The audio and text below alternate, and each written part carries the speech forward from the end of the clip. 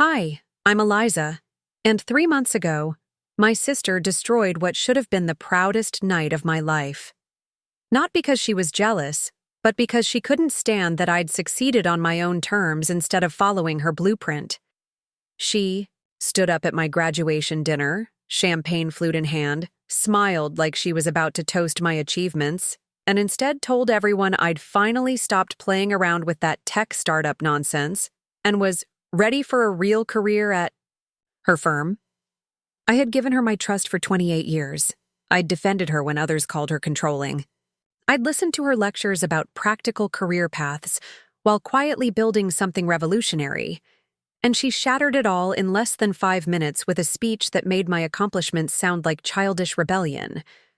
But what she didn't know was that within 24 hours, the woman she dismissed as my boss at that little app company would turn her smug smile into stunned silence. And I didn't even have to say a word in my own defense. Before we continue, tell me, have you ever had someone diminish your dreams? Drop it in the comments. I promise I read every single one. Friday evening in Chicago had that perfect late spring warmth, the kind that promises summer without the humidity that would soon make the city sweat. The private dining room at Helios overlooked the river, lights from passing boats making the water sparkle as darkness settled. The restaurant had been my choice, not as expensive as my sister Vanessa would have preferred, but the pasta was homemade and it held memories from when Dad would bring us there after school concerts. I smoothed down my navy dress, simple but elegant with subtle beading along the neckline that caught the light when I moved. My diploma, still in its leather holder, sat beside my clutch. Master of Computer Science with specialization in machine learning. 4 years of night classes while building Helios from the ground up. 2 simultaneous climbs that had left my knuckles raw and my eyes burning on too many midnights to count. The table gradually filled with family and friends. Mom arrived first, nervous energy making her arrange and rearrange the place settings until I gently took her hands. Uncle Pete. And Aunt Dina brought a bouquet so large it needed its own chair. My cousin Mateo, who'd flown in from Phoenix just for tonight. My childhood friend Kira with her husband Tom. And then Vanessa, gliding in 15 minutes late with her husband Richard trailing behind like an accessory. She wore what I recognized as a Burberry dress, her chestnut hair swept into the kind of updo that requires a personal stylist. 3-inch heels brought her just slightly taller than me, exactly how she preferred it. She air-kissed my cheek, leaving behind the faint scent of expensive perfume. "The traffic was impossible," she said by way of greeting. "But you look nice. Very practical dress." I smiled through the small sting, something I'd learned to do years ago. "Thanks for coming, Ness." Behind her, Diana entered, my boss and mentor at Helios, elegant in a simple black pantsuit, her silver-streaked dark hair falling in waves past her shoulders. I'd invited her partly out of genuine appreciation for her support during my studies, and partly because I needed one person at this table who understood what I'd actually built. "Congratulations, superstar," Diana said, wrapping me in a warm hug that smelled like sandalwood and coffee. She pressed a small gift bag into my hands. "Don't open it yet. Wait until later." Dinner progressed the way family gatherings do. Wine flowed, stories emerged, laughter rose and fell. I relaxed into the familiar rhythm, letting my guard down, as plates of antipasto gave way to steaming bowls of pasta. Mom showed everyone pictures from my childhood, including the one where 8-year-old me had disassembled our computer and mostly put it back together. Uncle Pete told embarrassing stories about teenage mishaps, carefully editing out the parts where Vanessa had usually been the instigator and I the reluctant accomplice. When dessert arrived, tiramisu and espresso, Vanessa clinked her spoon against her wine glass. The table quieted. I felt a flush of pleasure, anticipating kind words from my older sister, something to heal the small friction that had always hummed between us. She stood, elegant and poised, smile gleaming in the candlelight. I'd like to propose a toast to my little sister. Everyone raised their glasses. I smiled up at her, allowing myself a moment of vulnerability, of hope. When Eliza told us she was leaving her scholarship at Northwestern Law to work at a startup, I'll admit I was concerned. Her voice carried the practiced cadence of someone used to speaking at charity galas. When she then decided to pursue a master's degree in computer science instead of following the family tradition into law, I was even more worried. My smile began to feel frozen in place. Diana shifted beside me, her posture straightening.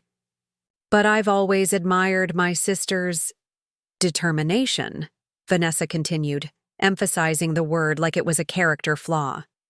Even when she was choosing the harder path just to prove she could walk it. The room had gone quiet. Too quiet. Even the server who had been clearing dessert plates had paused. And now, at last, Eliza has her degree, a real accomplishment that will open doors to actual career opportunities. She turned to face me directly. So I'm thrilled to announce that Callaway & Pierce has a junior associate position waiting for you. Dad's old firm has always kept a place for family, and it's time you joined us in carrying on his legacy. No more playing around with that tech startup nonsense. It's time for a real career. My chest tightened as if someone had wrapped invisible bands around my ribs. The room seemed to tilt slightly. Vanessa wasn't congratulating me. She was correcting me. Rewriting my achievement into a story where I'd finally seen the light and would follow her path. And she was doing it in front of everyone I loved. Mom's face had gone pale. Uncle Pete stared into his wine. Kira reached under the table and squeezed my hand so hard it hurt. I started, but Vanessa wasn't finished. Working for Diana's little app company was a good stepping stone. She nodded toward Diana, not quite making eye contact. But we all know consumer tech is volatile. 50% of startups fail within 5 years. Law is stable. Law is respected. Diana's expression remained neutral, but I could sense the steel beneath her calm as she sipped her wine. So everyone, Vanessa raised her glass higher, to Eliza, finally finding her proper path.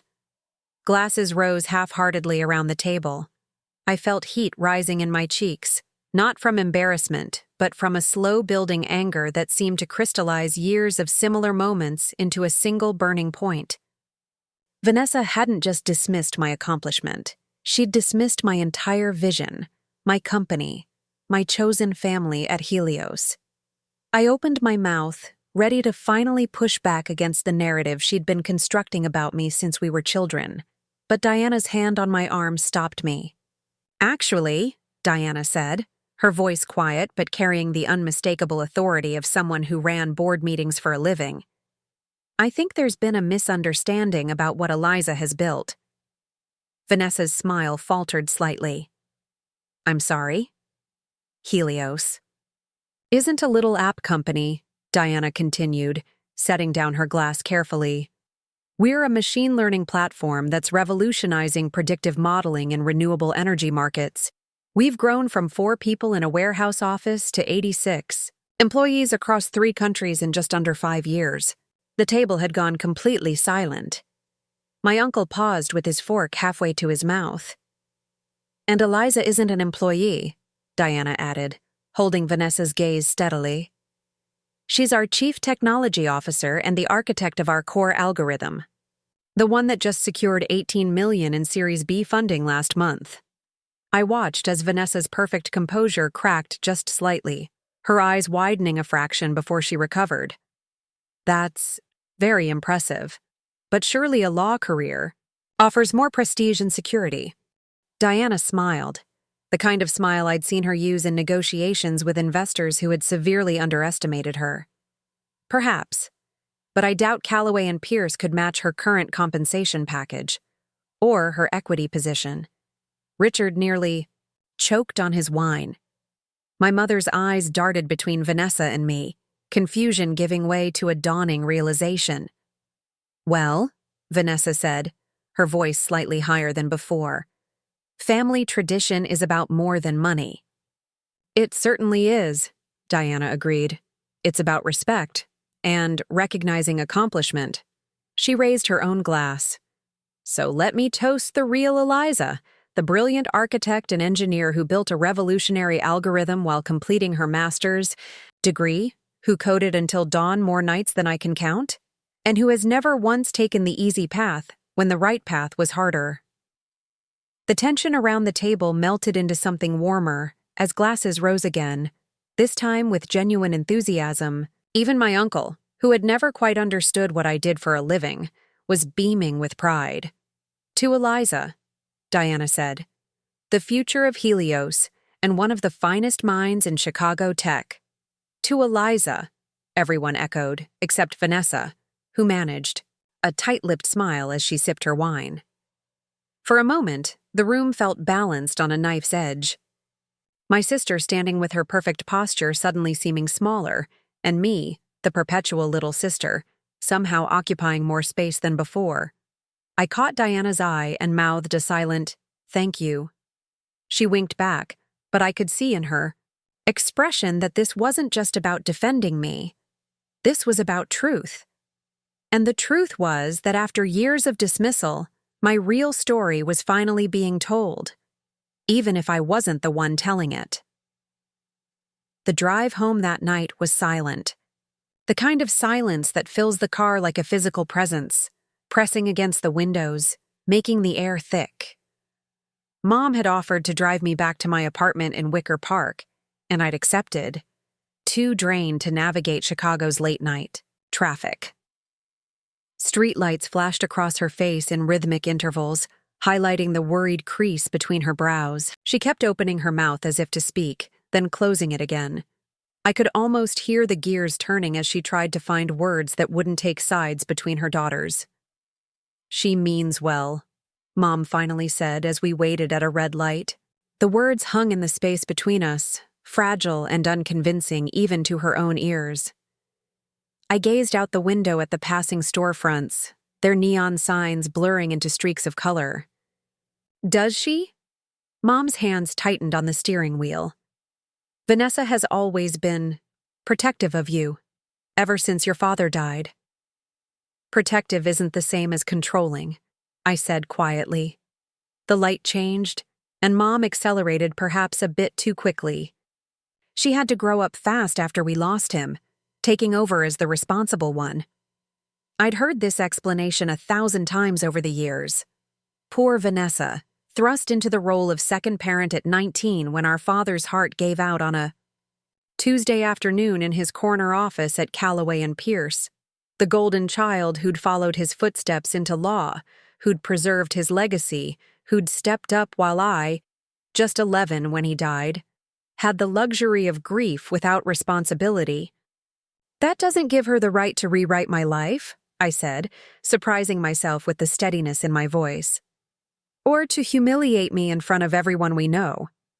Mom sighed, the sound heavy with years of mediating between us. "She just wants what's best for you." "No," I countered, turning to face her profile. "She wants what's best for her narrative about me." We pulled up outside my building, a converted warehouse with exposed brick and tall windows that had once been the cheapest place I could find, and was now, thanks to the neighborhood's rapid gentrification, worth triple what I'd paid 5 years ago. Mom put the car in park, but left the engine running. "Your sister loves you," she said, staring straight ahead. "In her way." I reached for the door handle, then paused. "I know she does. But love without respect isn't enough anymore." Mom turned to me then, really looked at me, perhaps for the first time seeing not her youngest daughter but the woman I'd become. "I'm proud of you," she said softly. "Whatever path you choose, your father would be too." Something loosened in my chest, a knot I hadn't realized was there. I leaned across the console and hugged her, breathing in the familiar scent of L'air du Temps that she'd worn since before I was born. "Thanks, Mom." As I watched her taillights disappear around this corner, I felt lighter. Not healed, not whole, but lighter. My apartment welcomed me with its comfortable silence. No gleaming marble countertops like Vanessa's Gold Coast penthouse, just warm wood floors and second-hand furniture I'd lovingly restored. Bookshelves crammed with technical manuals and sci-fi novels. A desk overlooking the street where my 3 monitors stood dark, waiting. I kicked off my heels and padded to the kitchen, filled the kettle, and leaned against the counter as it heated. The small gift bag Diana had given me sat on my dining table, tissue paper spilling out the top like a small explosion. I hadn't had a chance to open it in the aftermath of Vanessa's toast. The kettle whistled. I poured hot water over a chamomile tea bag and carried the steaming mug to the table. Inside the bag was a small blue box, and nestled in velvet, a delicate silver pendant shaped like a binary tree. It was beautiful, elegant even to someone who wouldn't understand the significance. To a programmer, it was perfect. A data structure visualized in precious metal. A note card in Diana's flowing handwriting read, "For the woman who taught me that the right algorithm can change everything. Wear this and remember what you've built." Fastened it around my neck, feeling its slight weight against my collarbone. My phone buzzed with incoming messages. Congratulations from colleagues who couldn't make the dinner. Friends checking in. An update from Kira that they'd gotten home. Safely. Nothing from Vanessa. I hadn't expected anything, really. Her playbook was always the same after our confrontations. Silence, then acting as if nothing had happened the next time we spoke. As if conflicts left no trace if you simply refused to acknowledge them. I scrolled absently through social media, and there it was. A post from Richard showing the family celebration at Helios. Vanessa beaming at the camera, me caught in profile, Diana cropped halfway out of the frame. The caption read, "So proud of my brilliant sister-in-law on her graduation, the newest legal mind in the family tradition." I stared at it, heat rising, to my face. Not only had Vanessa dismissed my actual career at dinner, but she was actively rewriting the narrative online, erasing who I was and replacing it with who she wanted me to be. And Richard, who worked in PR and certainly knew better, was helping her do it. Comments flowed beneath the post. "Congratulations." Following in her father's footsteps. "Another lawyer in the family." 23 likes and counting, spreading a fiction about my life while I sat alone in my apartment holding a cooling mug of tea. I should have been angry. Should have fired. Off a correction in the comments. Or called Vanessa to demand she take it down. Instead, I felt a strange calm settle over me. The kind that comes not from surrender, but from crystal clear certainty. I closed the app, set my phone face down on the table and moved to my desk. The monitors hummed to life, the familiar glow illuminating my face in the darkened apartment. My fingers found the keyboard, muscle memory guiding them to the right keys. For the next 3 hours, I coded. Not for work, not for my degree, but for myself. For the clarity that always came when I reduced the world to logical sequences, to problems that had solutions if you just found the right approach. By the time fatigue pulled at my eyelids, I'd refactored an entire module of the predictive algorithm, making it elegantly simple in a way that had eluded me for weeks. I fell into bed just as the first light of dawn crept through my blinds, the binary tree pendant still around my neck. Morning arrived too soon, with sunlight streaming across my face and my phone chirping insistently. I fumbled for it, eyes still. Heavy with too little sleep. It was a text from Diana. "Emergency at the office. Can you come in ASAP?" I blinked, immediately alert. We'd been preparing for the Baker presentation on Monday, a potential client that could double our market reach. But nothing had seemed urgent when we'd left the office yesterday. "What happened?" I texted back. 3 dots pulsed, then, "Server cluster failure. Dev environment down. Production holding for now, but Baker demo in jeopardy. Marcus trying remote fixes." I was already moving, pulling on jeans and a clean t-shirt, grabbing my laptop bag. On my way. 20 minutes. The Helios office occupied 2 floors of a renovated factory building in the West Loop. When I'd joined the company 5 years ago, we'd worked out of Diana's converted garage, 4 people and 3 laptops with more ambition than funding. Now, our logo, a stylized sun with rays extending into circuit-like patterns, gleamed in brushed metal above reception. I badged in, the weekend security guard nodding recognition as I hurried past. The elevator seemed painfully slow as it climbed to the 8th floor. When the doors finally opened, I found controlled chaos. A half-dozen engineers huddled around Marcus's standing desk, Diana pacing behind them, phone pressed to her ear. Eliza's, "Here," someone called, and the group parted like the Red Sea. Marcus looked up, relief washing over his features. Our lead infrastructure engineer was brilliant but prone to panic under pressure, and right now the sheen of sweat on his forehead told me he was approaching his limit. "Thank God," he said, gesturing to his monitors. Primary and backup clusters both went down at 3 a.m. Failover didn't trigger properly. We've got the logs, but I can't figure out what's causing the cascading failure. I dropped my bag and stepped up to the workstation, scanning the error messages scrolling across his screen. Diana appeared at my shoulder, having ended her call. "Baker's team wants to reschedule," she said quietly. "I've stalled them, but we need the demo environment functional by end of day, or we lose the slot." The Baker Corporation contract wasn't just another client. It was 18 months of relationship building, of proving our technology could scale to their needs, of competing against firms 20 times our size. If we lost this opportunity, our growth trajectory would flatten for at least 2 quarters. "Give me an hour," I said, already pulling up command line interfaces, diving into the system architecture I'd designed node by node. My fingers flew across the keyboard, the world narrowing to the code in front of me. The graduation dinner, Vanessa's speech, Richard's misleading social media post, all of it receded as I focused on the elegant puzzle of our failing systems. 90 minutes later, I found it. A seemingly innocuous code update pushed on Friday afternoon that contained a memory leak in the container orchestration layer. Under normal weekend traffic, it might have gone unnoticed for days.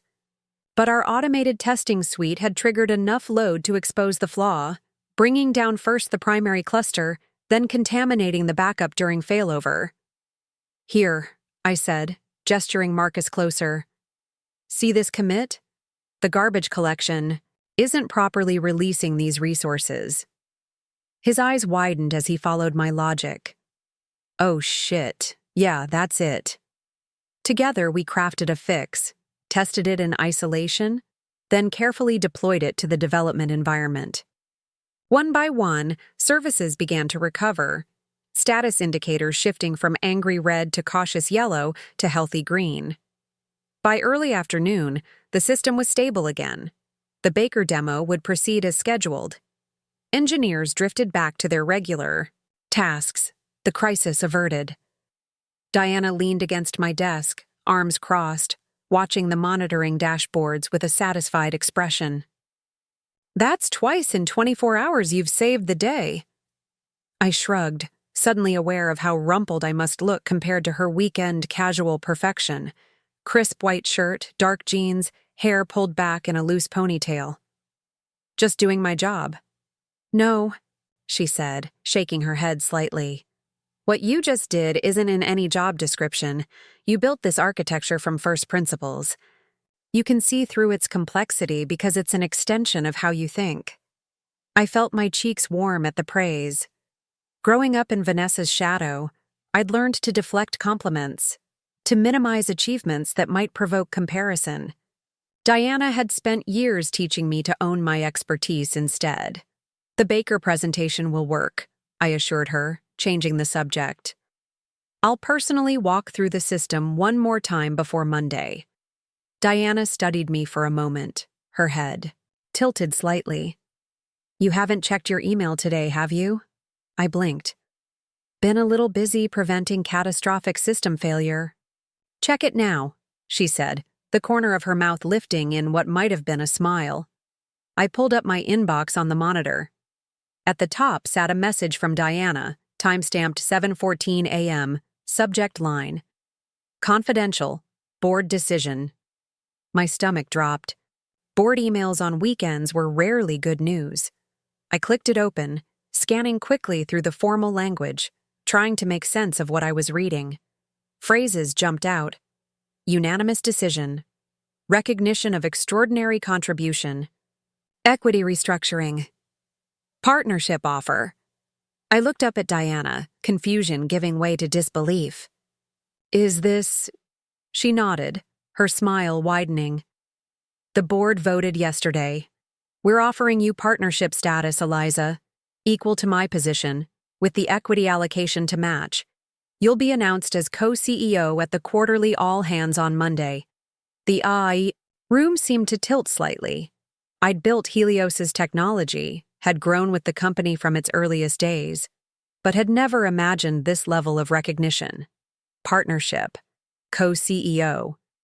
Equal to Diana, the woman who'd founded the company, who'd believed in me when I was just a frustrated law school dropout with coding skills and too many ideas.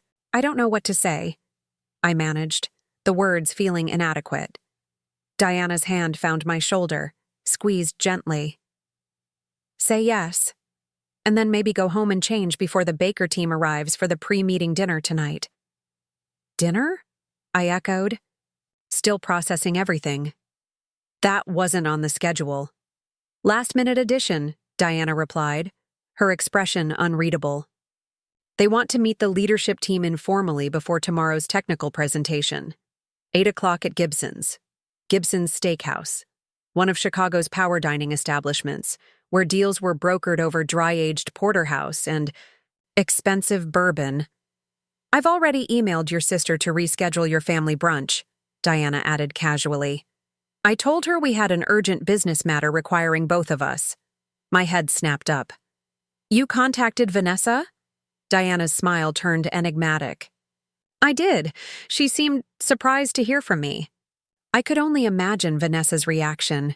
The perfectly arched eyebrow, the thin-lipped smile as she realized that the little app company was interrupting her carefully planned family obligation. "Oh, and Eliza?" Diana called as she walked away. "Wear that navy dress again. It suits you." As I gathered my things to head home, the silver binary tree pendant caught the light, gleaming against my wrinkled t-shirt. Something was shifting, rebalancing, branching into new possibilities. And for the first time since last night's dinner, I smiled. I stood under the shower's hot spray, letting the water wash away the tension of the day's crisis. Steam billowed around me, fogging the glass door as my mind drifted, not to the upcoming dinner with Baker Corporation, but backward in time. Water always took me back there, to the day I first understood how differently Vanessa and I saw the world. I was 16, sitting cross-legged on the dock at Lake Geneva, our family's summer retreat since before I was born. Vanessa, 24, and already an associate at Callaway and Pierce, had arrived late the night before, bringing with her the buzzing energy of the city and a stack of case files that seemed to multiply on the dining table. The afternoon sun glinted off the water as I hunched over my laptop, oblivious to everything except the code on my screen. I'd been building a simple program that could predict wave patterns based on wind speed and direction, not because anyone had asked me to, but because I was curious if it could be done. "There you are." Vanessa's voice cut through my concentration. She stood at the edge of the dock, designer sunglasses perched on her head, linen shirt crisp despite the humidity. "Mom's been looking for you. Lunch was an hour ago." I blinked, surprised to find the sun so high.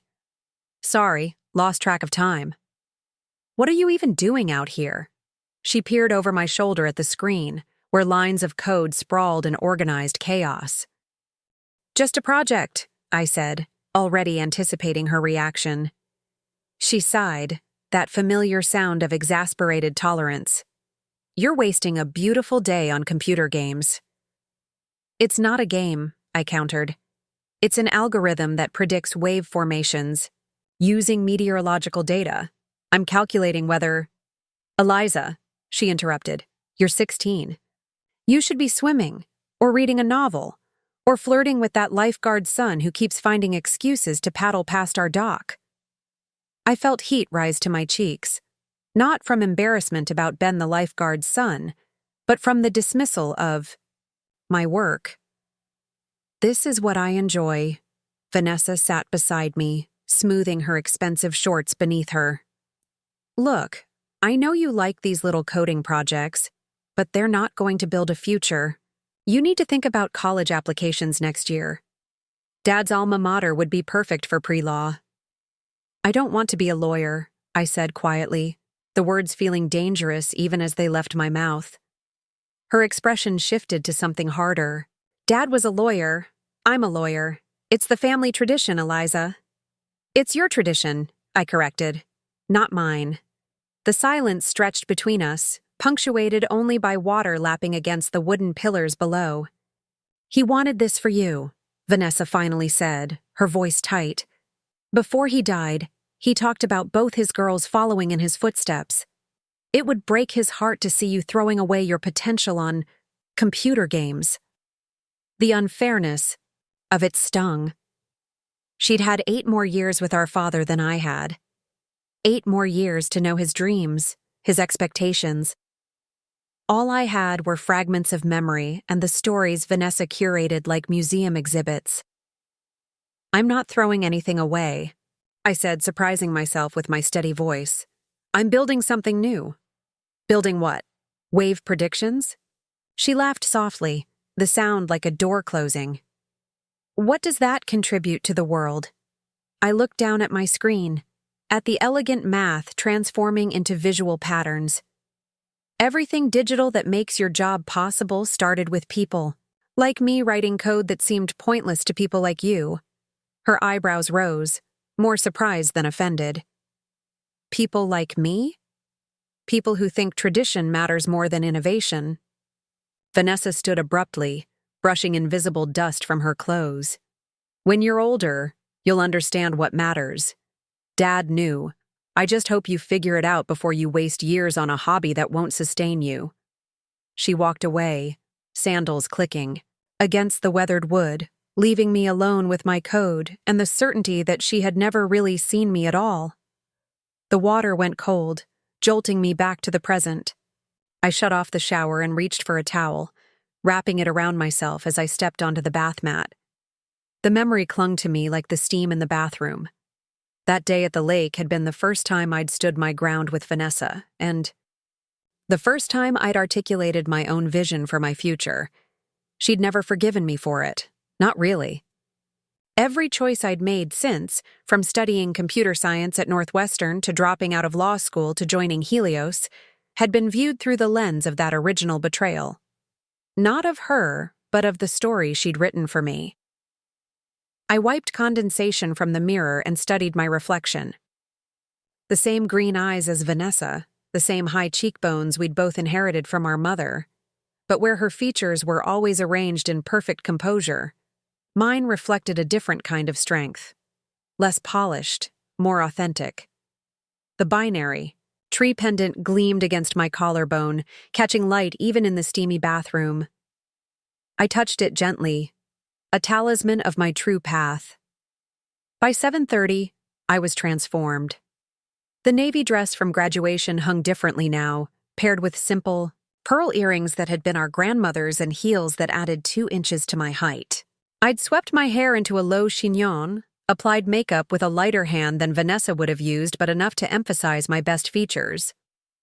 A text arrived as I was locking my apartment door. Car waiting downstairs. Diana. Sure enough, a sleek black town car idled at the curb, driver standing beside the open rear door. This wasn't Helios's usual style. We were more Uber and public transit than private cars. But tonight was clearly different. Gibson's was only a 15-minute drive from my apartment, but in Saturday night Chicago traffic, it stretched to nearly 30.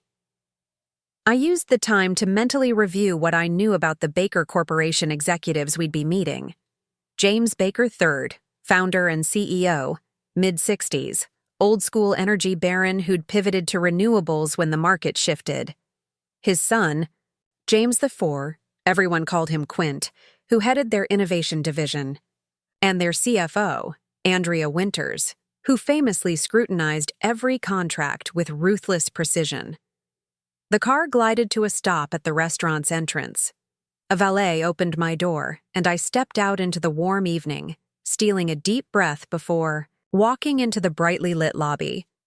The maitre d' nodded at my approach. "I'm meeting the Helios party," I said. "Yes, Ms. Jennings. They're waiting for you in the private dining room. Please follow me." We wound through the main restaurant, past tables of Chicago's elite dining on prime steaks and expensive wine. The private room was tucked in the back, its heavy wooden door opened by the maitre d' with a flourish. Diana rose to greet me, elegant, in a black dress I'd never seen before. Beside her stood a tall man with silver hair and the confident posture of someone used to being the most powerful person in any room, James Baker III.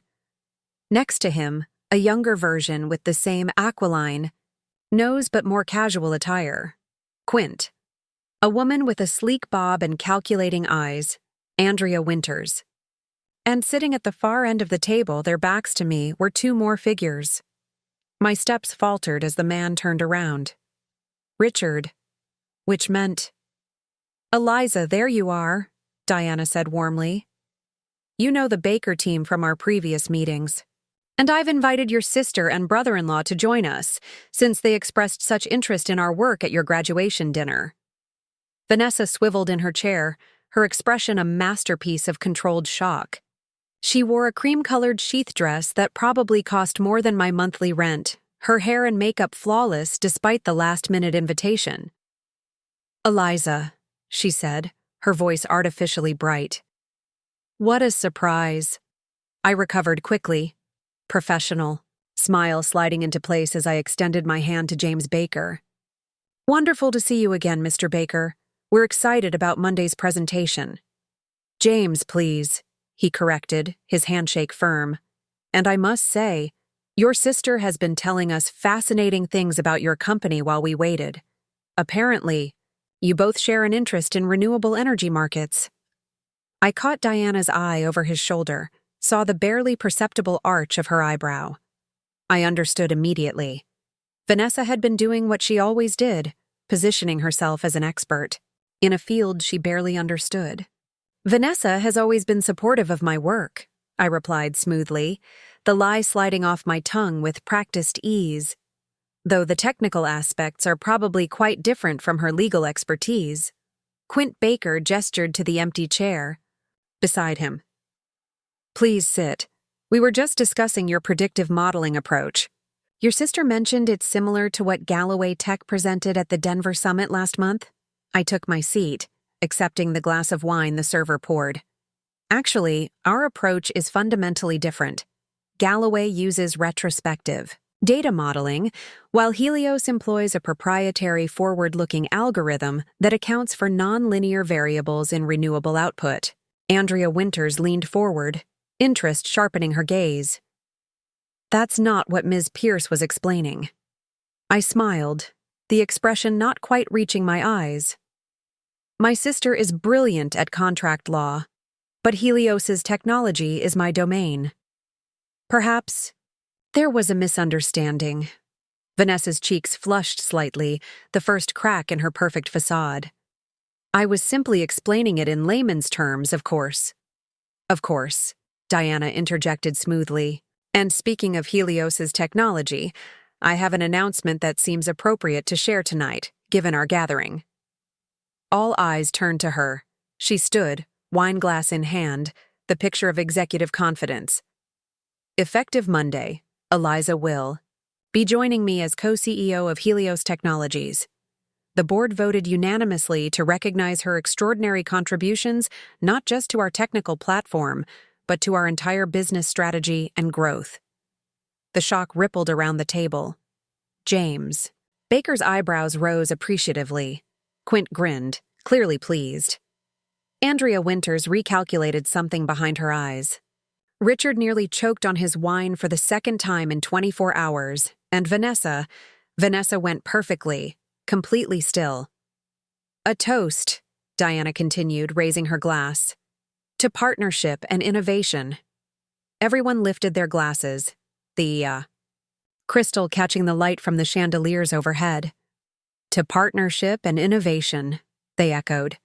Everyone except Vanessa, whose glass remained on the table, her knuckles white around the stem. "Well," James Baker said, genuine admiration in his voice, "this explains why your platform has left the competition in the dust. 2 brilliant women at the helm instead of 1. I've always believed leadership should reflect contribution," Diana replied. "Eliza built our core technology from the ground up. Without her vision, Helios would be just another energy market analytics firm. With it, we're redefining how renewable energy is integrated into the national grid." The conversation flowed from there. Technical questions from Quint that I fielded with growing confidence. Financial projections that Diana and Andrea discussed.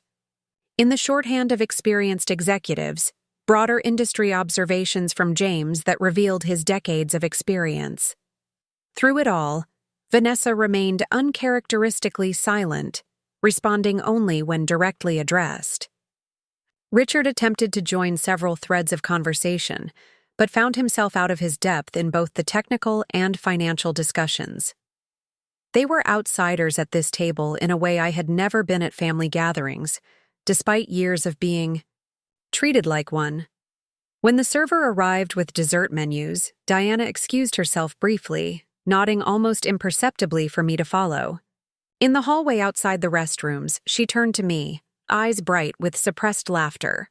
"Your sister has been quite the conversationalist," she said, keeping her voice low. "When I arrived, she was explaining to James Baker how she's advised you on your business model." I stifled a groan. "She doesn't know the first thing about our model." "Oh, that became abundantly clear," Diana agreed. "But I must say, her ability to speak with complete confidence about things she doesn't understand is almost admirable." "It's her superpower," I acknowledged. "Has been since we were children." Diana's expression softened. "I hope you don't mind that I invited them." When she emailed back asking why I needed to borrow you from family brunch, I couldn't resist. "Mind?" I laughed softly. This is the most honest interaction I've had with Vanessa in years. She can't rewrite who I am when the truth is sitting across the table from her. Diana squeezed my arm gently. "You've never needed anyone's permission to be extraordinary, Eliza. But sometimes it helps to have witnesses when you claim your power." We returned to the table just as James Baker was settling the check, waving away Diana's attempt to contribute, with the casual gesture of someone to whom money was merely a detail. "We'll see you Monday morning for the technical presentation," he said, standing. "Though after tonight, I'm already confident we're making the right choice with Helios." After handshakes and goodbyes, the Baker team departed, leaving just the 4 of us, Diana, myself, Vanessa, and Richard, standing somewhat awkwardly in the private dining room. "Well," Vanessa said, her voice brittle, "this was illuminating." Diana checked her watch. "I should be going. Early conference call tomorrow with our Tokyo investors." She hugged me briefly. "See you Monday, partner." There it was, that word. Partner. So simple, yet it carried the weight of recognition, of equality, of being seen for exactly who I was and valued for it. As Diana left, I turned to face my sister, feeling strangely calm. The battlefield had shifted, the weapons changed. For once, I held the stronger position. "Your company seems interesting," Vanessa managed, reaching for her clutch. "Richard and I should get going." Richard, looking relieved that the evening was ending, stood quickly. "Congratulations on the promotion, Eliza." "Co-CEO," I corrected gently. "It's not a promotion. It's a partnership." Vanessa's eyes met mine, and for a brief moment, I glimpsed something unfamiliar in them. Not anger or disappointment, but uncertainty. As if she were seeing me clearly for the first time and didn't quite know what to make of what she saw. "We should all have brunch tomorrow," I suggested, surprising myself. "I'd like to tell you both more about what we're building at Helios." Vanessa hesitated, then nodded once. "I'll text you in the morning." As they walked away, I remained standing. In the empty dining room, the echo of Diana's words still resonating. Partner. The validation wasn't in the title or the equity, but in being truly seen. Not as Vanessa's little sister playing with computers, but as a woman who had built something meaningful on her own terms. The binary tree pendant hung warm against my skin, each branch a decision point, each node a moment of truth. The algorithm of my life was running exactly as I had designed it, despite every attempt to debug me into someone else's code.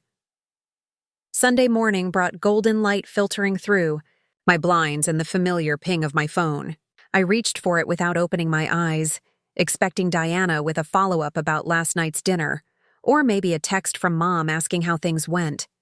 Instead, Vanessa's name glowed on the screen. "Brunch at Maple and Ash, 11:30. Just us."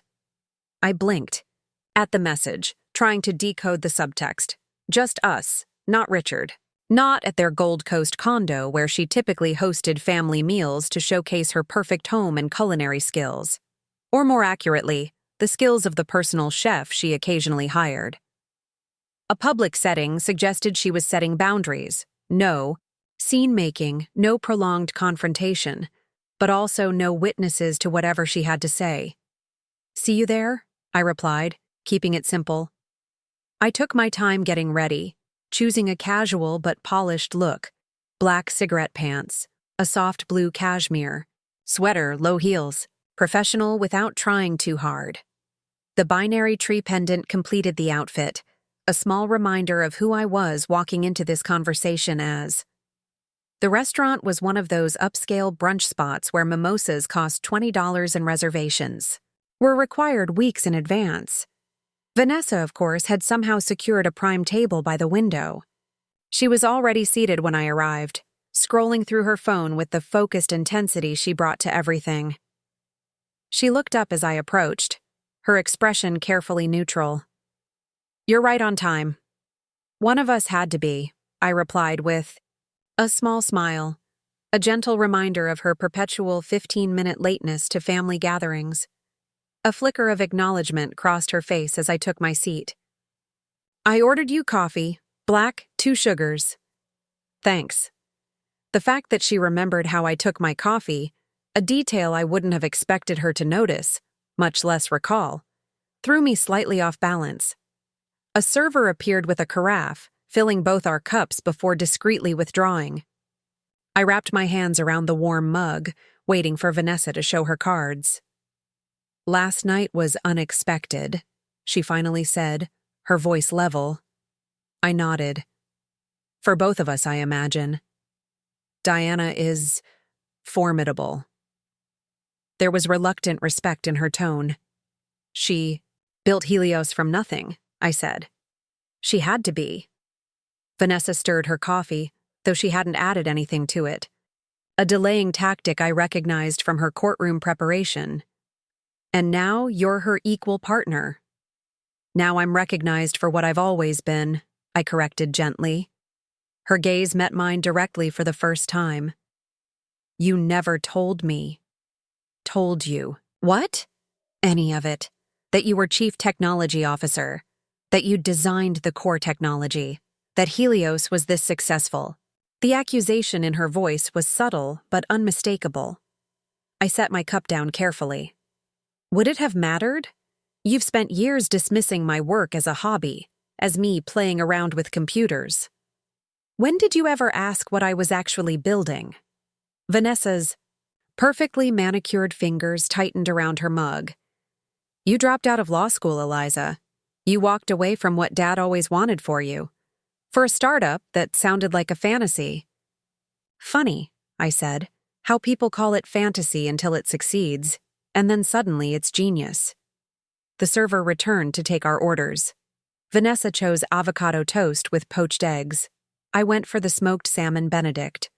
When we were alone again, I leaned forward. You never asked because you didn't want to know, I continued. Knowing would have meant acknowledging that I might succeed on a path you didn't choose for me. That's not fair, she said, but there was a flicker of uncertainty in her eyes. Isn't it?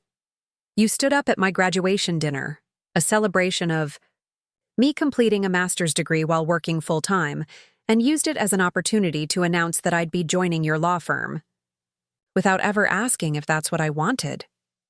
I was trying to help you, she insisted. Tech startups are unstable. 90% fail within 5 years. Law provides security, prestige. Those are your values, Ness, not mine. She flinched, slightly at the childhood nickname. Then what are your values? Enlighten me. I considered my sister across the table, how familiar yet foreign she looked. We shared the same features in different arrangements, the same blood, the same loss of our father. Yet we'd grown into such different women. Creation, I said finally. Building something that didn't exist before. Solving problems that matter. Working with people who see me clearly. Making enough money to be comfortable without making it the yardstick of my worth. Vanessa was quiet for a long moment. Dad always said you were the dreamer in the family. Being a dreamer doesn't mean I'm not practical, I countered. It just means I can envision things that don't exist yet and then bring them into reality. That's what code is, translating imagination into something tangible. Our food arrived, steam rising from perfectly plated dishes. We ate in silence for a few minutes, the tension between us not gone but transformed into something more thoughtful. So what happens now? Vanessa finally asked, setting down her fork. With Helios? We close the Baker deal tomorrow, expand our market reach, grow the team. With us, she interrupted. What happens with us? The question caught me off guard. In all our years of subtle conflict, Vanessa had never directly addressed the friction between us. She'd always operated on the assumption that she was right, that eventually I would see things her way and fall in line with her vision for my life. That depends, I said carefully, on whether you can accept who I actually am instead of who you've decided I should be. She looked down at her plate, pushing a piece of avocado with her fork. I've always wanted what's best for you. I know, I said, surprising myself with how much I meant it, but you never trusted me to know what that was. Vanessa's phone lit up on the table, a text from Richard. She glanced at it, then turned the phone face down.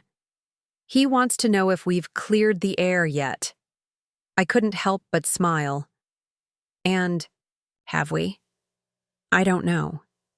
She looked out the window at the Sunday strollers on the sidewalk, young couples with coffee cups and shopping bags, oblivious to the small recalibration happening at our table.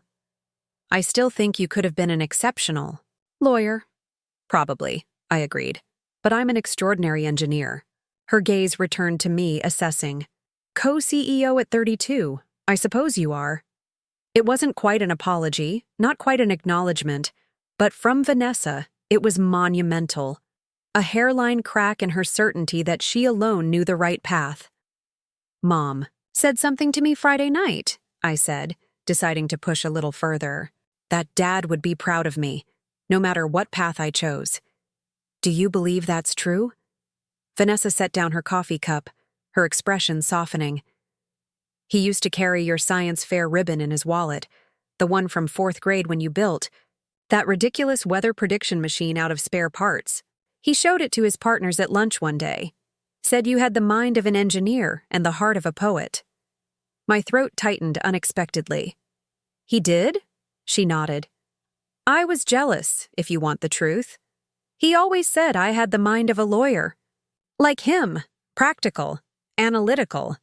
But you had something different, something I couldn't quite understand. You never told me that before. It didn't fit the narrative I was building, she admitted quietly. That you needed my guidance to find your way. The honesty in her voice, so rare and unguarded, opened something between us. Not reconciliation exactly, but possibility.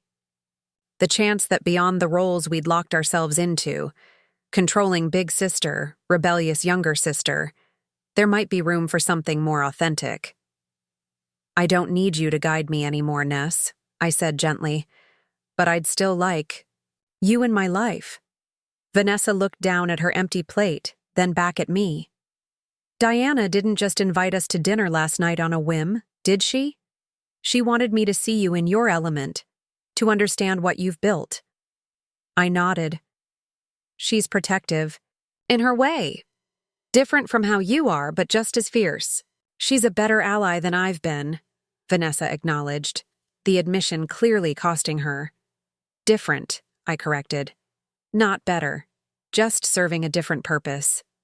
The server cleared our plates and offered dessert menus, which we both declined. Vanessa insisted on paying, a habitual power move I chose not to contest. As we walked out of the restaurant into the bright midday sun, she paused on the sidewalk. "Mom's birthday dinner next month," she said. "I thought we might host it at Helios instead of my place, if that's possible. I'd like to see where you work. Really see it this time? The olive branch was so unexpected I almost missed it." "I think we could arrange that." She nodded once, decisive. "Good. I'll coordinate with Mom." We parted with an awkward hug, neither fully comfortable with this embryonic version of our relationship, no longer defined by her authority and my resistance, but not yet sure what would replace that familiar dynamic. As I watched her walk toward the parking garage, phone already pressed to her ear, I felt a curious lightness. Not victory, not vindication, but the first tentative step toward being sisters instead of opposing forces. Back at my apartment, I found myself drawn to my desk. Not to work on code this time, but to dig through the bottom drawer where I kept the few mementos I had of my father.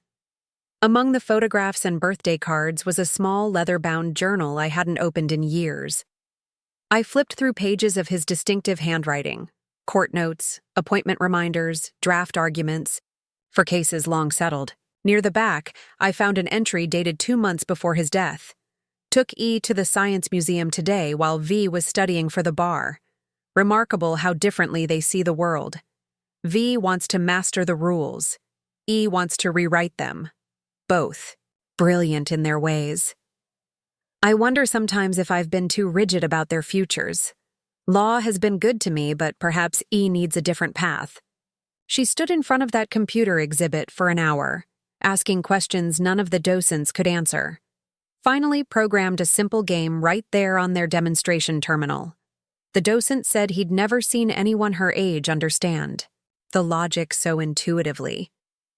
Perhaps instead of Northwestern law, we should be considering MIT or Stanford for her. Something to discuss with Helen when the time comes. My heart seemed to stutter in my chest. He had seen it. My inclination toward technology, my need to create rather than litigate. He'd been considering a different future for me, one aligned with my natural talents.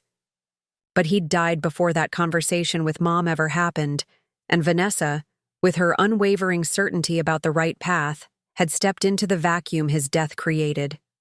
I closed the journal gently and replaced it in the drawer. Then I reached for my phone and sent a quick text to Mom. "Found something of Dad's I'd like to show you sometime. Nothing urgent, just special." Her reply came almost immediately. "I'd love that, sweetheart. So proud of you these days." I set the phone down and moved to my desk, opening my laptop. There was work to be done before tomorrow's Baker presentation. The core algorithm needed one final review, and I wanted to personally check the visualization. Sweet, we'd be demonstrating. As the code filled my screen, I felt a deep certainty settle over me. This was where I belonged, in this precise intersection of creativity and logic, building systems that transformed abstract concepts into tangible solutions. Not because anyone had guided me here, but because I had found my own way, step by determined step. The binary tree pendant caught the afternoon light as I typed, a physical reminder of how each decision point had led to this moment. Diana recognizing my potential, the board acknowledging my contribution, Vanessa beginning, however reluctantly, to see me as I truly was. Tomorrow, I would stand beside Diana as an equal partner as we presented to Baker. The code would speak for itself, elegant and powerful. The culmination of years of work, of believing, in my vision when few others had.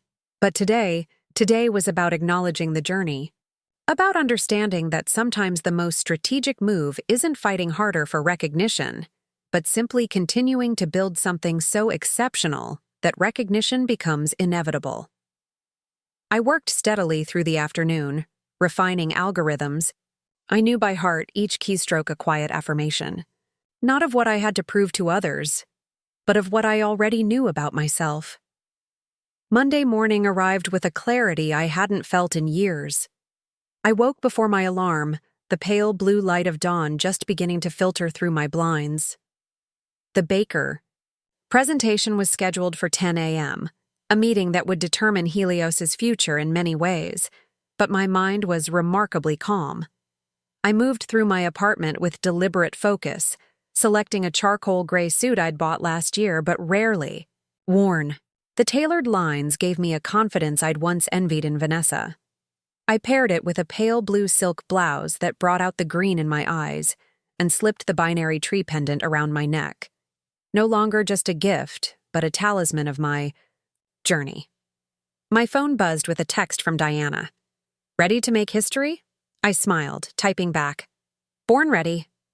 The Helios office was already humming with activity when I arrived at 8:30. Our team had transformed the main conference room into a showcase of our technology. Large monitors displaying real-time data visualizations, a central holographic projection of our predictive model, elegant printed materials with our branding. Marcus looked up from his final systems check, relief washing over his face. "Everything's running perfectly. All test scenarios passed. We're good to go." I squeezed his shoulder in thanks. Our team had worked around the clock to ensure today would be flawless, and their dedication showed in every detail. Diana appeared at my elbow, immaculate in a navy suit, silver hair swept into a sophisticated twist. Baker's team just called. They're bringing their board chair as well.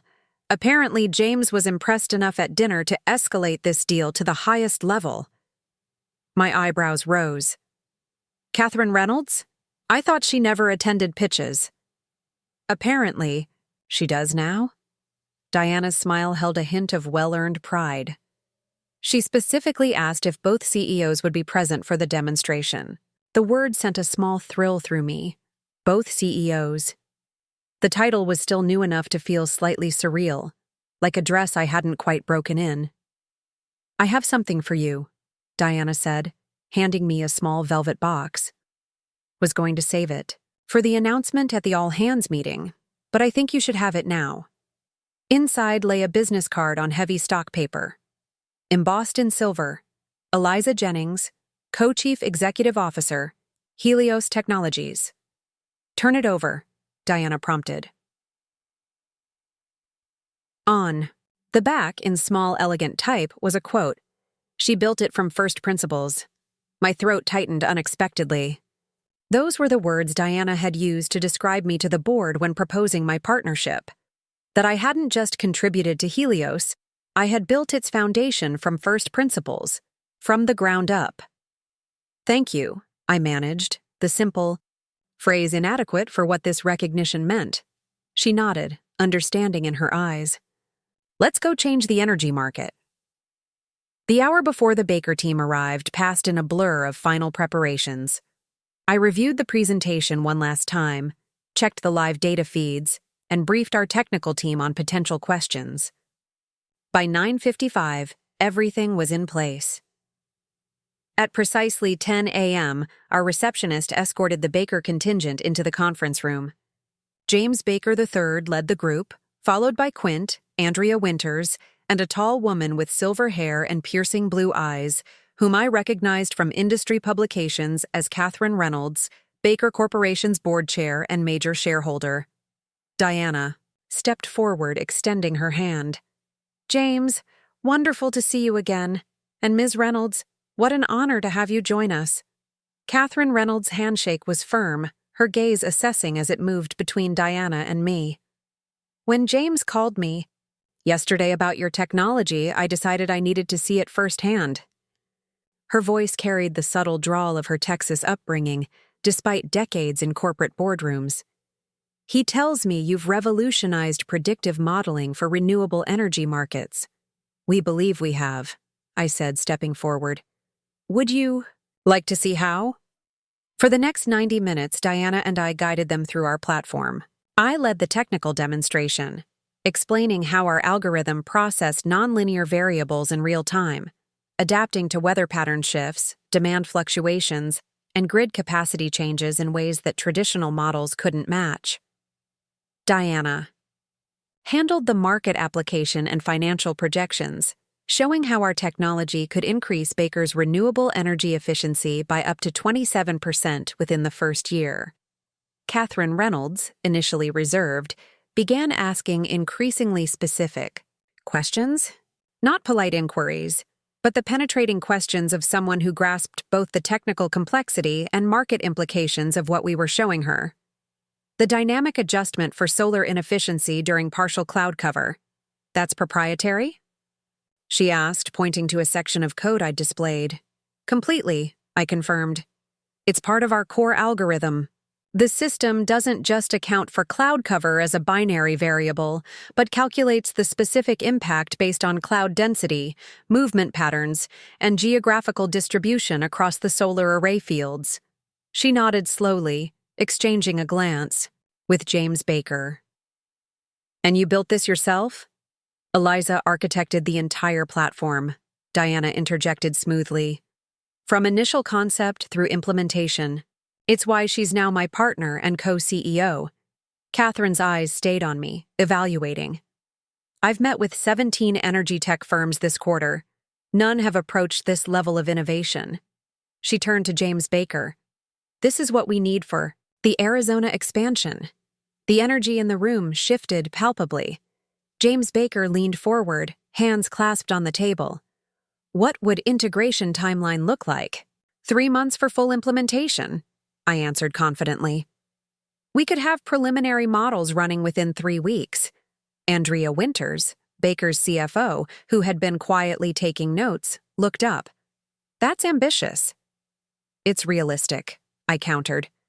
We've structured our system for seamless API integration with major grid management platforms, including the ones Baker currently uses. Diana slid a folder across the table.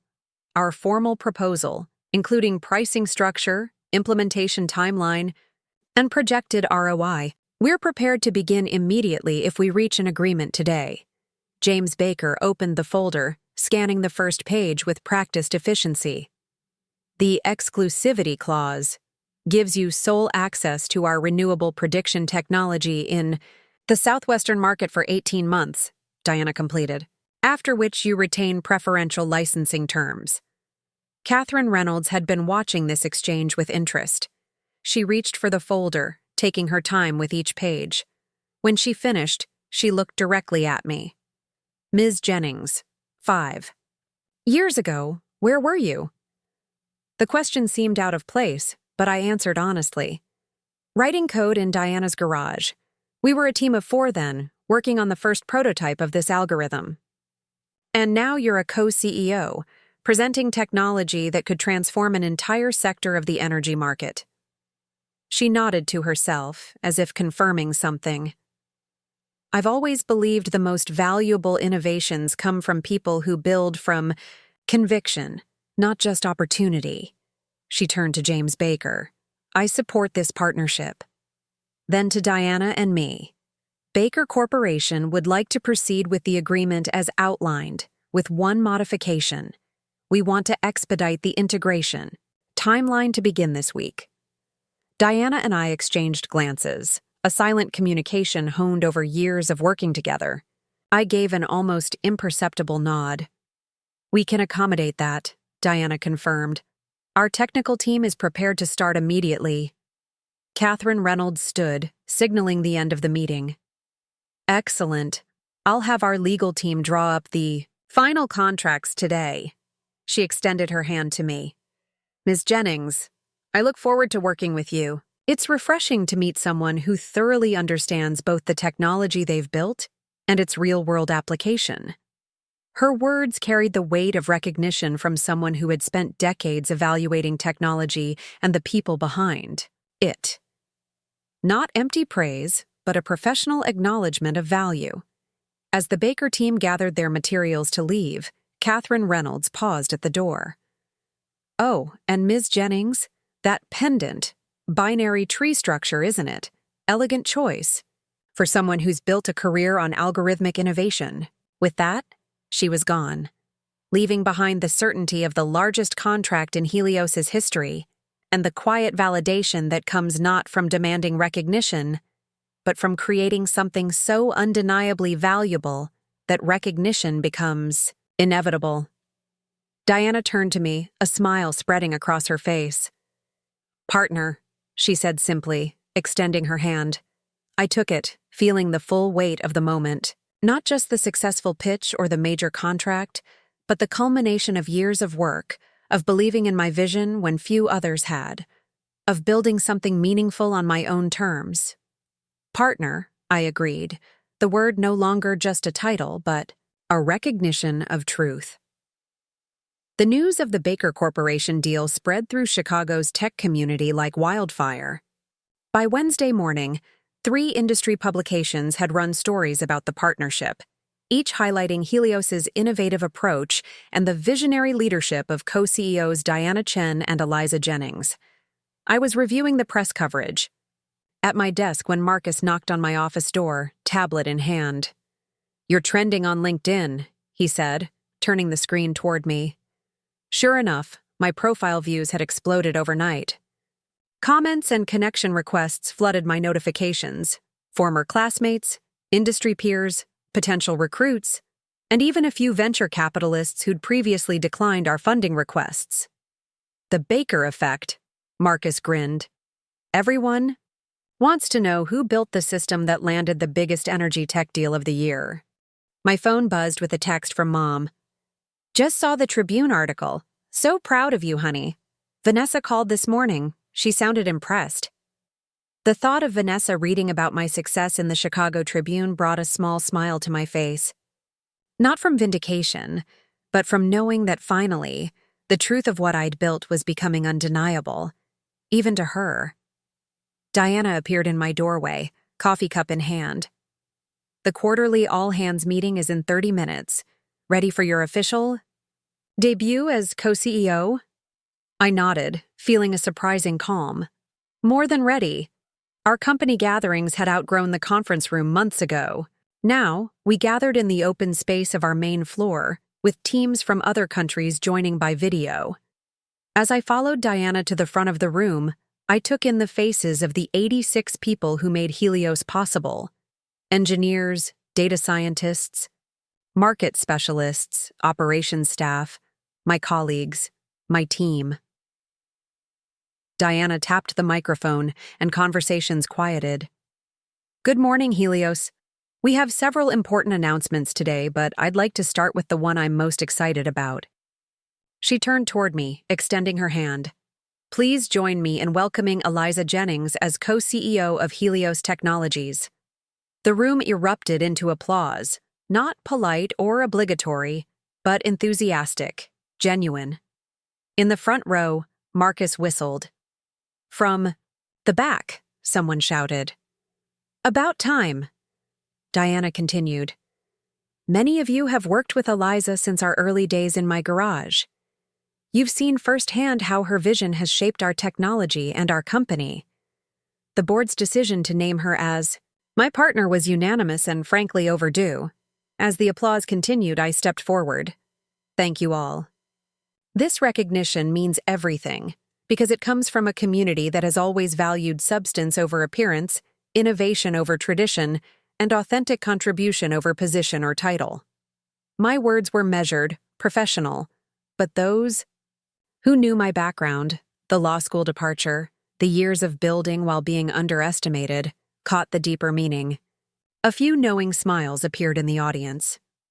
"Yesterday we secured the largest contract in our company's history," I continued.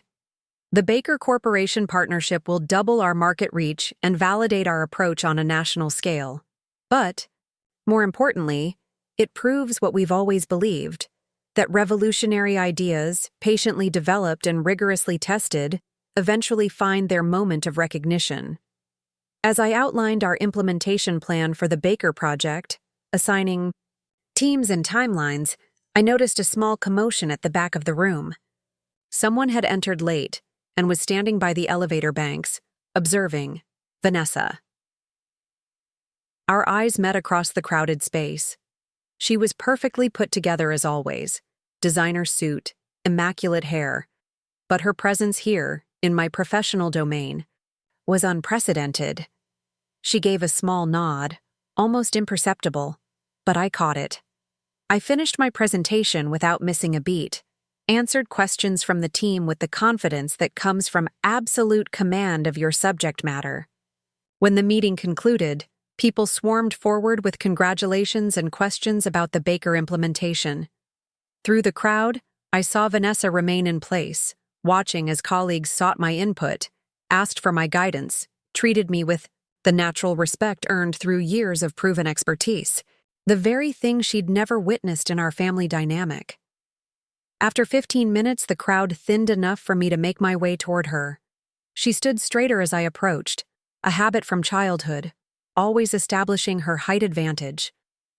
"This is quite something," she said, gesturing to the office, the team, the energy still buzzing around us. "You've built something remarkable here." Coming from Vanessa, it was the equivalent of a standing ovation. I smiled, feeling not triumph, but a quiet satisfaction. "Thank you for coming." The Tribune article mentioned the all-hands meeting. I thought I should see it for myself. She glanced around, taking in the industrial chic space, the multiple screens displaying our platform's data visualizations, the evident buzz of productivity. "It's not what I imagined." "What did you imagine?" "Something smaller, more provisional." She met my eyes directly. I was wrong. Two simple words I'd never expected to hear from my sister. Not an effusive apology or dramatic reconciliation, but an acknowledgement that mattered precisely because of how difficult it must have been for her to offer it. "Would you like a tour?" I asked, extending an olive branch of my own. She nodded, a small smile softening her features. "I'd like that very much."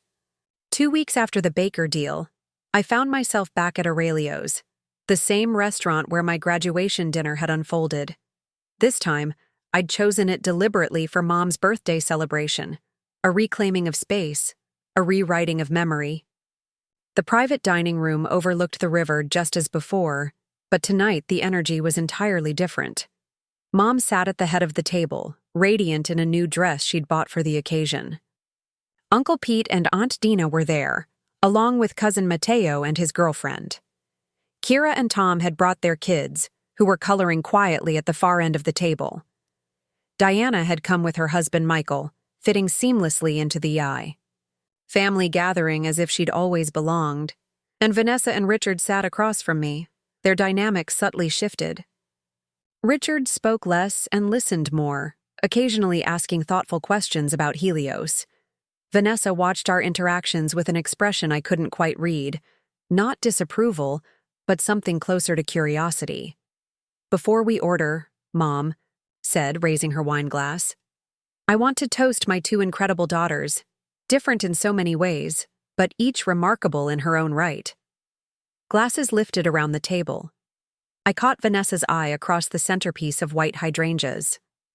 She gave me a small nod, an acknowledgement of the changed landscape between us. After dinner, as servers cleared dessert plates, Vanessa moved to the chair beside me. "The tour of Helios last week was enlightening," she said, her voice low enough that only I could hear. "I've been thinking about it ever since." "In what way?" I asked, genuinely curious. She traced the rim of her water glass with one perfectly manicured finger. "You know how I've always handled the corporate law division at the firm?" I nodded. "For years, Vanessa had specialized in mergers and acquisitions, restructuring, the legal architecture of business. We have several renewable energy clients entering the tech space, she continued. They're navigating regulatory frameworks that weren't designed for the kind of integration your platform enables. Understanding dawned. They need specialized legal counsel. Exactly. Something flickered in her eyes. Not quite vulnerability, but a rare openness. I'm considering developing a practice area focused on renewable tech regulatory compliance. There's a significant gap in the market. I leaned back, studying my sister's face. For the first time in our adult lives, she was seeking my professional insight, acknowledging my expertise in a field she was now considering entering from her own angle. The regulatory landscape is complex, I agreed, especially with interstate energy trading and variable source integration. Our legal team struggles with it constantly. That's what I thought. Vanessa's posture relaxed slightly. Would you be willing to discuss it further sometime? Professionally, I mean. I'd like to understand the technical challenges better to anticipate where the legal frameworks need development. The request represented more than a business conversation. It was Vanessa proposing a new dynamic between us, one based on mutual professional respect rather than hierarchical family roles. I'd like that, I said simply. Later, as the party was winding down, Diana approached with a parting hug. Successful reclamation of the scene of the crime? She murmured, glancing around the dining room with amusement. I laughed softly. Needed to create a better memory here. And have you? Her gaze was perceptive as always. I considered the evening, the easy conversation, Mom's happiness, even Vanessa's unexpected olive branch. Yes, a much better one. Diana squeezed my shoulder gently. That's the thing about building, Eliza. It's not just algorithms and platforms. Sometimes it's relationships, sometimes it's reputations, sometimes it's just building a better version of the story you tell yourself.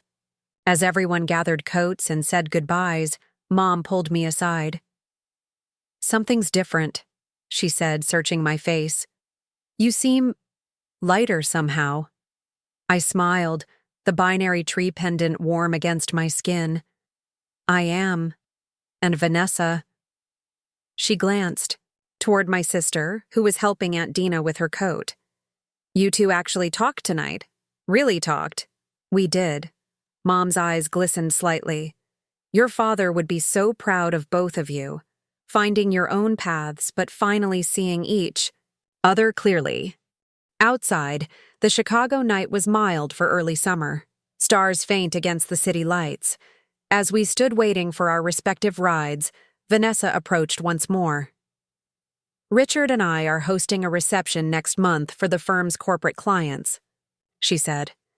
Several energy companies will be there. It might be a good networking opportunity for Helios. The invitation hung between us, not quite an apology for her graduation dinner speech, but perhaps something more meaningful, a step toward integration of our separate worlds. I'll check with Diana, but I think we'd like that, I replied.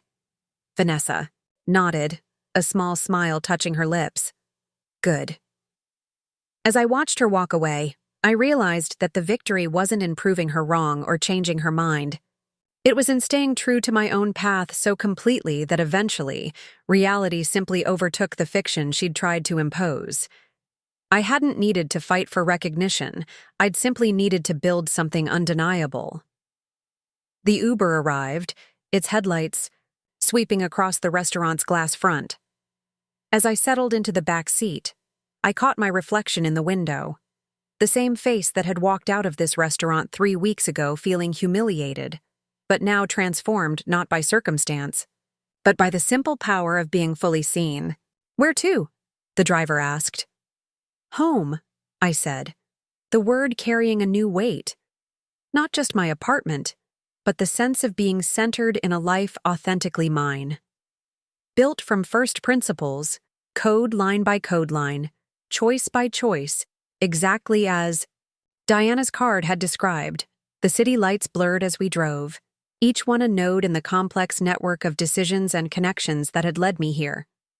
Not to victory over my sister, but to something far more valuable, the quiet certainty of knowing exactly who I was and what I had built, and that more than any title or recognition was worth every moment of the journey. 3 months after the Baker deal launched Helios into a new stratosphere of success, I found myself standing at the podium of the Chicago Women in Tech annual gala. The Crystal Award in my hands caught the light as I surveyed the audience. Hundreds of women who had carved their own paths in an industry that hadn't always made space for them. When I was 16, I began. My sister told me that coding was just a hobby that would never sustain me. She wasn't being cruel. She genuinely believed success had only one definition, one path, one shape. In the front row, Diana smiled encouragingly. Beside her sat Mom, elegant in midnight blue, pride, radiating from her posture. And, to my surprise, Vanessa had come as well, seated at our company table, listening with an attention that felt different from any she'd given me before. What I've learned since then is that innovation rarely follows established routes.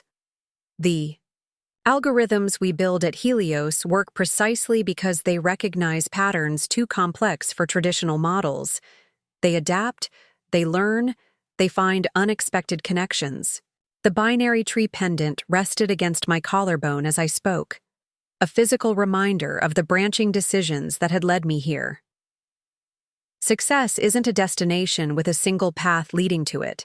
It's a complex network of choices, relationships, and opportunities. Sometimes the most important nodes in that network are the moments when someone sees your potential clearly, even when, or especially when, others don't. My gaze found Diana, who had recognized what I could build before I fully understood it. Myself. Then Mom, who had given me space to find my own way. And finally Vanessa, who was learning, however slowly, to see me as I was, rather than as she'd imagined I should be. The greatest validation isn't external recognition, though I'm deeply honored by this award. It's the quiet certainty that comes from building something meaningful on your own terms. From knowing that your work creates value, solves problems, opens possibilities. As applause filled the room, I caught Vanessa's eye. She nodded once, a gesture containing more genuine respect than any words she might have offered. Not complete understanding, perhaps, but acknowledgement of the validity of a path different from her own. Later, as we gathered for photographs, Vanessa approached with a champagne flute in hand. "Excellent speech," she said, her tone free of the condescension that had once colored our interactions. "Thank you for coming," I replied. "It means a lot." "Your advisory session with our renewable energy practice group last week was incredibly valuable," she added. 3 clients have already requested follow-up meetings about compliance strategies for integrating your type of technology. The professional collaboration we'd begun had proven surprisingly fruitful for both sides, her legal expertise complementing my technical knowledge in ways neither of us had anticipated. "I'm glad it's working out," I said simply. She studied me for a moment, then offered a small smile. "We've taken very different roads, haven't we?" "We have, but perhaps they're not as divergent as I once thought." It wasn't an apology for years of dismissal, but something more valuable, an authentic recognition that different paths could hold equal merit, that success had many definitions, that neither of us needed to diminish the other to validate our choices. As we rejoined the celebration, I felt a deep sense of completion. Not because I had proven Vanessa wrong or changed her mind, but because I had remained true to my own vision long enough for reality to speak for itself. The code I had written, the company I had helped build, the leadership I now shared with Diana, these weren't arguments against Vanessa's narrative. They were simply my truth, finally visible to everyone, including her. Sometimes the most powerful response to someone who tries to rewrite your story isn't confrontation, but creation. Building something so undeniably real that revision becomes Impossible. Not revenge, but revelation. 1 year to the day after my graduation dinner, I found myself helping Mom sort through old photographs in her living room. Cardboard boxes filled with family history surrounded us. Birthdays, holidays, school events captured in fading prints and aging albums.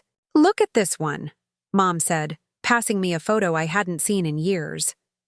It showed Dad in his study, seated at his desk with 2 young girls perched beside him. Vanessa, about 12, looking serious in her school uniform. Me, around 4, fascinated by something on his computer screen. His arm was around both of us, but while Vanessa was focused on the camera, Dad and I were looking at the monitor.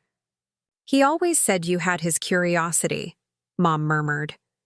"Vanessa had his discipline, but you had his wonder about how things worked."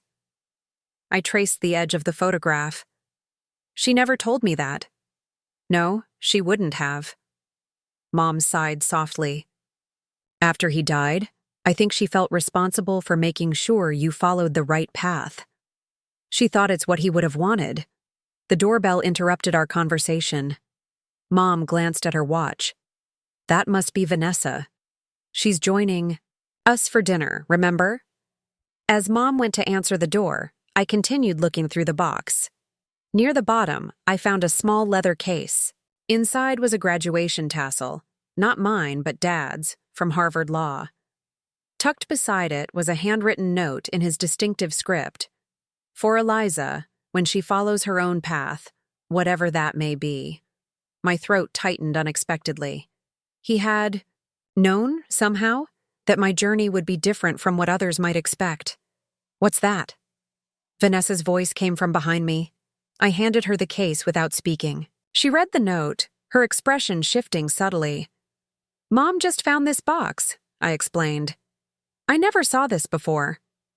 Vanessa carefully returned the tassel to its case. "Neither did I." Her voice was quiet, reflective. "All these years, I thought I knew exactly what he wanted for you." We all did.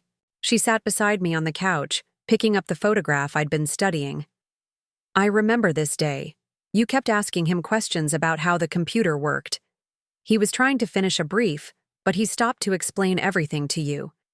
"I don't remember that," I admitted. "You were so little." A small smile touched her lips. "But he said something afterwards that stuck with me. He said you had the mind of an explorer and that we should never try to make you follow maps instead of making your own." The revelation hung between us, a piece of shared history interpreted so differently all these years. "Why didn't you ever tell me that?" I asked. Vanessa set the photo down carefully. "Because after he died, I was so focused on preserving his legacy that I forgot part of that legacy was letting you create your own." It wasn't an apology exactly, but something perhaps more valuable. An honest recognition of how we had both been shaped by loss, by memory, by the stories we told ourselves about what our father had wanted. "The Baker deal has expanded to their international operations," I said, changing the subject slightly. "Diana and I are flying to London next month to establish the European integration team." Vanessa nodded. "I heard. Your company is becoming quite the force in the industry." "It is." I hesitated, then added, "We could use specialized legal counsel on European energy regulations. Your firm has a London office, doesn't it?" Her eyebrows rose slightly. "We do. Are you suggesting a professional collaboration?" "I'm suggesting we might both benefit from working together occasionally. Different perspectives, complementary expertise." For a moment, I glimpsed surprise in her expression, then thoughtful consideration. "I'd like that," she said finally. Mom called us for dinner, and as we moved to the dining room, I realized how far we had come in a year. Not to perfect understanding or complete reconciliation, but to something more honest. Recognition that we could be different without being in opposition. That success had more than one definition, that our father's legacy lived in both of our chosen paths. The binary tree pendant hung at my throat, a reminder of how each decision point had led to this moment. Not of triumph over my sister, but of finding my own way while still maintaining the connection that, despite everything, had never fully broken. 18 months after the Baker deal transformed Helios, I stood in front of Northwestern University's computer science graduating class as their commencement speaker. The irony wasn't lost on me. I'd once abandoned these halls to pursue my vision, and now I returned as a success story they wanted students to hear. The spring sunshine warmed the outdoor ceremony, glinting off the lake in the distance. Rows of graduates in purple caps and gowns watched expectantly as I adjusted the microphone. When I was sitting where you are now, I didn't have a clear roadmap, I began. In fact, I'd just torn up the one others had created for me. All I had was a belief that algorithms could transform how we understand energy distribution and consumption. From my seat on the stage, the dean nodded encouragingly. In the faculty section, I spotted my former professor, Dr. Winters, who had supported my early research when others dismissed it. What I've learned since then is that innovation doesn't follow predictable paths. Sometimes the most transformative ideas come from questioning established systems, from seeing connections others have missed, from having the courage to build something new when everyone tells you to stick with the familiar. In the audience, Diana sat with Michael, both beaming with pride. Beside them was Mom, elegant in a floral dress she'd chosen especially for today.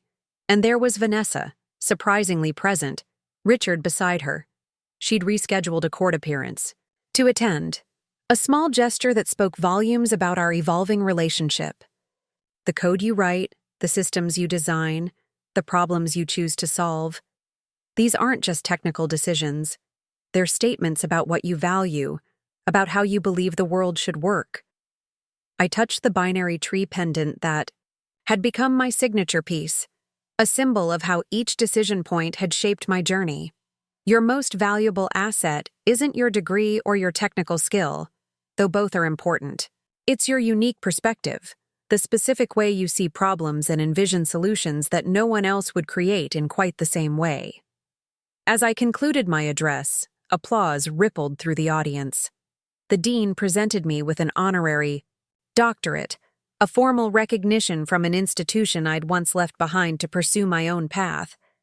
At the reception afterward, Vanessa approached, champagne flute in hand. Quite a full-circle moment, she observed, nodding toward the campus buildings around us. Never expected to be back here as commencement speaker, I admitted. I did. Her statement surprised me. Not specifically this, perhaps, but I always knew you'd create something significant. I just thought it would be within established parameters. Since when do groundbreaking ideas come from staying within parameters? I countered, but without the defensiveness that would have colored such an exchange in the past. Vanessa smiled, slightly. That's what I've come to appreciate about your approach. You didn't just build a successful company, you created an entirely new paradigm for energy distribution. Coming from her, this recognition meant something. Not because I needed her validation anymore, but because it represented how far we'd both come. She in expanding her definition of success, me in no longer needing to prove myself to her. The regulatory framework our firm developed for Helios type systems was approved by the EU Commission last week, she added, a note of pride in her voice. It's being called the most innovative approach to energy tech governance in 20 years. Congratulations, I said sincerely. Your team did exceptional work. Our teams, she corrected. The collaboration made it stronger. We stood in companionable silence for a moment, watching the graduates celebrating with their families, bright-eyed with possibility, uncertain of exactly where their paths would lead. Dad would have loved this, Vanessa said quietly. Not just what you've built, but how you built it, on your own terms, following your own vision. And what you've built too, I added. A legal framework that makes innovation possible instead of restricting it. She nodded, acknowledging the truth in this. Different roads, complementary destinations. As we moved to join the others, I realized that the story that had begun with humiliation at a graduation dinner had transformed into something neither Vanessa nor I could have predicted. Not just professional success, but a rebuilt relationship, based on mutual respect rather than hierarchy, on appreciation of difference rather than insistence on conformity. The legacy we were creating wasn't just about honoring our father's memory, but about forging new paths that reflected our distinct strengths, not in opposition, but in parallel, occasionally intersecting in ways that made both our journeys richer. The code you write, the systems you design, the problems you choose to solve, these aren't just technical decisions. They're statements about what you value, about how you believe the world should work. As I concluded my speech, the graduates erupted in applause. Later at the reception, Vanessa approached me with genuine admiration in her eyes.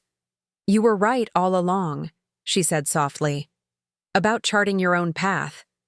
We clinked glasses in a silent toast to how far we'd both come.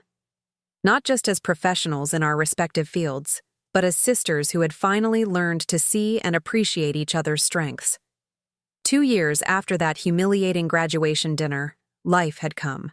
Full circle. The sister who once tried to erase my accomplishments now proudly introduced me at industry events. The company that was once dismissed as that little app startup was revolutionizing renewable energy markets across 3 continents. And Diana, who had seen my potential from the beginning, remained the perfect partner in our shared vision. That evening, as I walked along Lake Michigan, the binary tree pendant caught the setting sun. Each branch represented a decision point that had led me here, not to victory over my sister, but to the validation that comes from staying true to your own path despite opposition. Success isn't measured by proving others wrong. It's found in building something so undeniably valuable that recognition becomes inevitable. It's in staying authentic when it would be easier to conform. And sometimes, it's in watching those who once dismissed your dreams gradually come to understand their worth. If you've ever had someone diminish your vision or try to redirect your path, remember, the most powerful response isn't confrontation, but creation. Build something extraordinary. The truth will speak for itself. Want to hear more stories like this? Subscribe to my channel for weekly inspiration on charting your own course and finding success on your terms. Drop a comment below. With your thoughts, I read every single one.